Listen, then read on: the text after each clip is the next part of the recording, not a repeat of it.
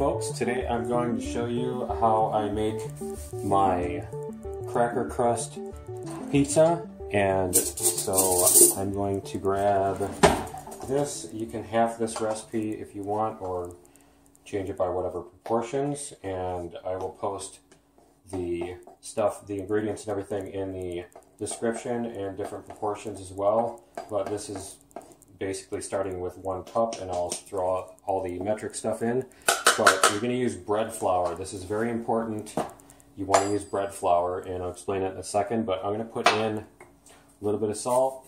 You don't actually need any salt if you don't want salt or sugar. I'm just going to pour in a little bit of each, and a dash of garlic.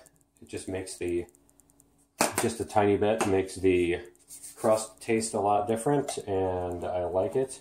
And so you're going to mix those 3 and 2 teaspoons of oil or butter, whichever you prefer. You can use olive oil, you can use any kind of vegetable oil, or you can use butter.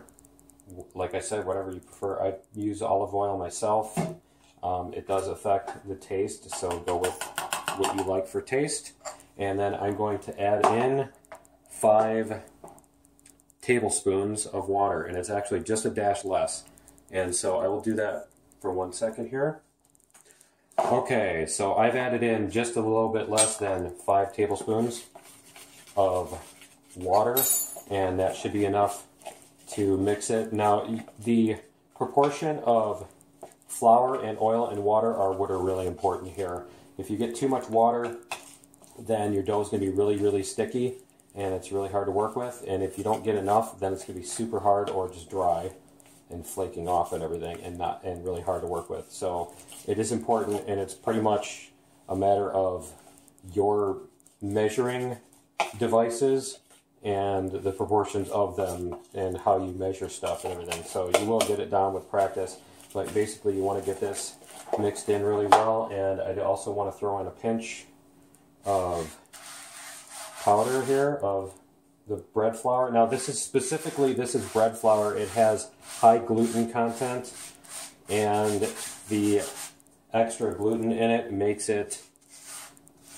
is basically what allows it to bond more strongly, or whatever. It basically allows it to make your crispy dough instead of crummy dough.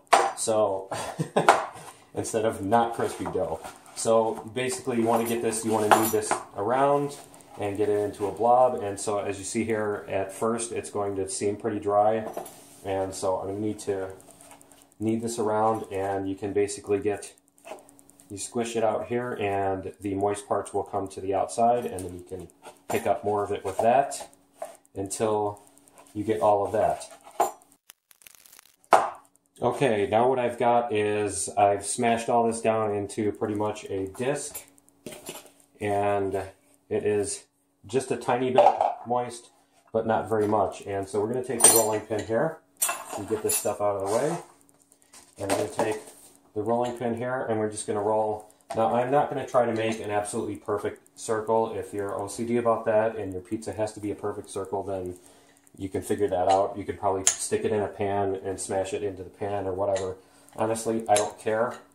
I actually like the crust, and I want a decent amount of it, and a perfect circle is the smallest amount of crust you can possibly get out of any piece of dough, for those of you familiar with geometry. So yeah, so basically I try to make mine into, my toaster oven is about this size, and so I try to make mine so that it pretty much fits the toaster oven. And so I make it longer on this direction, on this axis, than on the other axis. And if I got little dips in there and stuff, I can do this if they're too much and I want a flatter edge. But again, if you have little thingies on the edge, little sticky outies on the edge, it's fine, because you get more surface area of your crust, you get more perimeter. So anyway, I'm going to roll this out. And there we go. And it is pretty much rectangular, but not absolutely perfect. And what you'll notice is that as you as you flip it or lift it up off the board, after you've gotten it to this size, you lift it up off the board and it shrinks. It's going to shrink a little bit. So you do want to make it a little bit bigger than your final size. Honestly, the size is not that important here. And so anyway, we're going to take this and we're going to stick it in the toaster oven. You can use a regular oven too. I like a little convection oven, and I'm going to put it in the convection oven at 425 for about 5-ish minutes, and we'll show you that in a second. Alright, here's our toaster oven, and we're going to throw in our crust here, and you're just going to put it on the rack because you want the air to get to all of it. Now you do want to make sure you go high enough temperature. If your temperature is too low, like 350 or 375, it won't dry out. You want it to dry out. What you're doing here is you're just getting it to, like I said, you're getting all the moisture out of it, and you're also getting the little bit of brown on it. So we're going to cook this until it browns just a tiny little bit.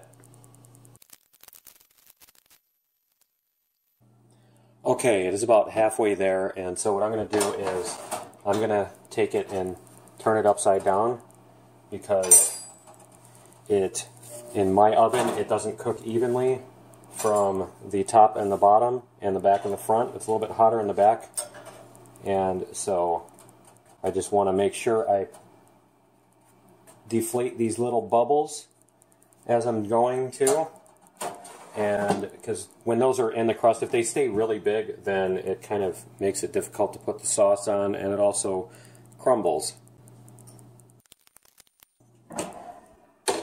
Okay, it's about ready to come out, and as you see, on one side there's not much, on the other side there's just a tiny bit of brown, like right over here, just a touch of it. Now as far as this goes, you can use whatever kind of sauce and toppings you want on this crust. I use the regular old pizza sauce and toppings. So I use sauce. I put about 4 spoons here of these big spoons anyway of this. Sauce is really a personal preference thing. Some people like a whole lot of it. Some people like a tiny bit or none or whatever. And so we're going to spread this all out. And then we're going to put on about 6 ounces of cheese. You can use, on this recipe, I use anywhere from 6 to 8 depending on how much cheese I want. So that is about 170 to 225 grams. And here we go, we spread this out. And I found that the finely shredded mozzarella doesn't work as well because it just takes up a lot more volume. And it makes it more difficult to get your toppings on it and stuff because it just fluffs up and everything. So we'll do this, and then we'll throw on a little Italian seasoning. And I also like oregano a lot, so I put on extra oregano. Just for me, you can put on crushed red peppers or that sort of thing if you like. And I'm going to throw on pepperonis here. I'm going to put on 10 of them, and I know I'm going to offend a lot of people when I put on pineapple, but I love it on my pizza, and so yeah, it's one of those things where you either absolutely love it or totally hate it. I don't think I've ever known anybody that thought pineapple was meh, so yeah. But anyway, that is the toppings and stuff, and then we're just going to throw this in the oven for about 7 or 8 minutes until the cheese melts and is brown.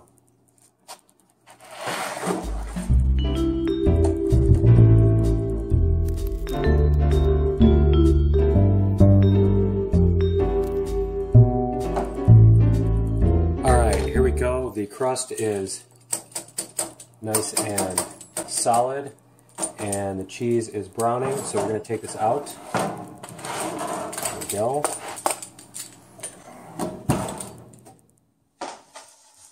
And we're going to slice this, and I just do, since it's not a circle, I just go like this, but you can see the crisp. The crust is just crispy and crumbly, here, and it just falls apart like crackers, which is awesome. This is the cracker crust that I love. And if you like thin, crispy crust pizza, this is a great way to make it yourself. And especially if you like all of the ingredients, if you want to control the ingredients better, and it doesn't take too much